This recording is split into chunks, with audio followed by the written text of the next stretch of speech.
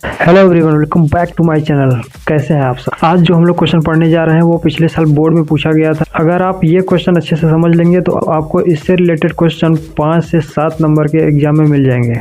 चलिए शुरू करते हैं। तो क्वेश्चन है, check graphically with equations 2x + 3y = 12, 5x - 3y = 9 is consistent, if so solve it graphically. तो इसमें दो लीनियर इक्वेशंस दिए हुए हैं, हमें चेक करना है कि ये कंसिस्टेंट है कि नहीं। कंसिस्टेंट का मतलब क्या होता है? कंसिस्टेंट का मतलब होता है कि इसका कुछ सॉल्यूशन निकल सकता है कि नहीं, एक्स वाई की वैल्यू हमें प्राप्त होगा या नहीं। अगर इसका कुछ सॉल्यूशन मिल सकता है तो इसे ग्राफ के माध्यम से सॉल्व करके बताइए। तो इसे सॉल्व करने के लिए सबसे पहले हम इक्वेशंस को लिख लेते हैं। 2x + 3y = 12, 5x - 3y = 9। ये हो गया equation first and equation second. Math के बुक में आपने पढ़ा होगा कि हम a1/a2 और b1/b2 निकालते हैं। पहले इक्वेशन में a1x b1y c1, a2x b2y c2। तो a1 का वैल्यू है 2, a2 का वैल्यू है 5, 2/5, b1 की वैल्यू है 3 और b2 की वैल्यू है -3। तो ये हमें मिल गया -1। अब हम देख रहे हैं a1/a2 रेशियो b1/b2 रेशियो के इक्वल नहीं है।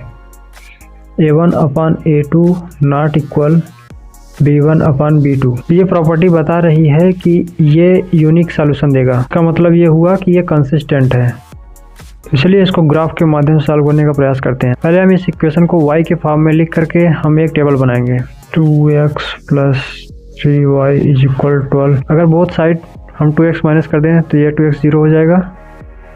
3y = 12 - 2x। अगर बोथ साइड हम 3 से डिवाइड कर दें 12 - 2x/3 हो जाएगा। इसके लिए एक टेबल बना लेते हैं। x y = 12 - 2x/3।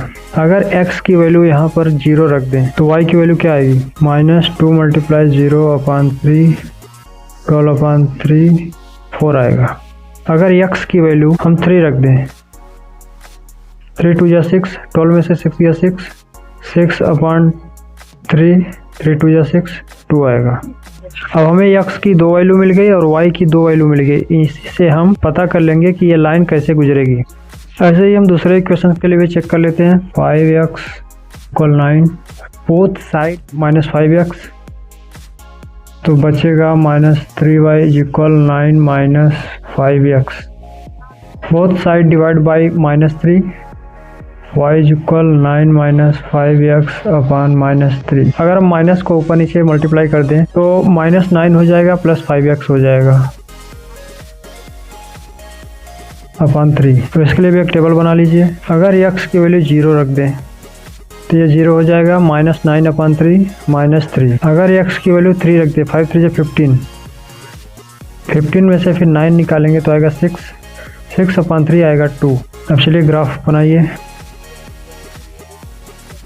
यहाँ पर हमारे पास तो ग्राफ पेपर नहीं है, लेकिन आपको एग्जाम में ग्राफ पेपर मिलेगा, उसी पे आपको बनाना होगा।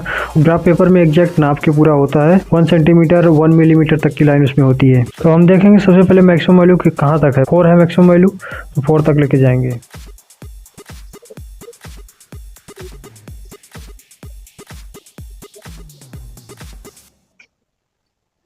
ये x y y'। पहले क्वेश्चन के लिए देखिए, x अगर 0 है तो y 4 है।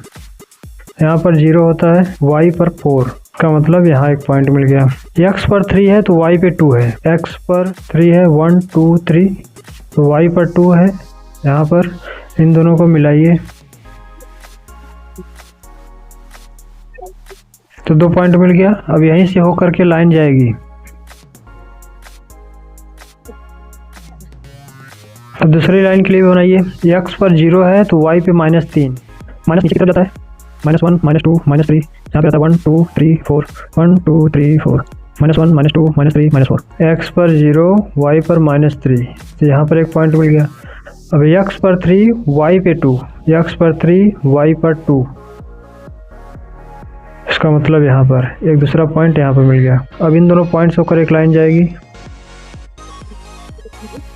एक तो लाइन ये हो गई 5x - 3y = 9। Second line, first line था 2x plus 3y is equal 12। देख रहे हैं, फर्स्ट लाइन ये है, सेकेंड लाइन ये है। अब ये दोनों एक दूसरे को कहाँ पर इंटरसेक्ट कर रहे हैं, कहाँ पे प्रतिच्छेदित कर रहे हैं, यहाँ पर। तो यहाँ पर जो x y की वैल्यू होगी वही इन दोनों इक्वेशन का सॉल्यूशन होगा। तो x की वैल्यू यहाँ पर है 3 और y की वैल्यू है 2। x हो गया 3, y हो गया 2, यही है इसका सॉल्यूशन।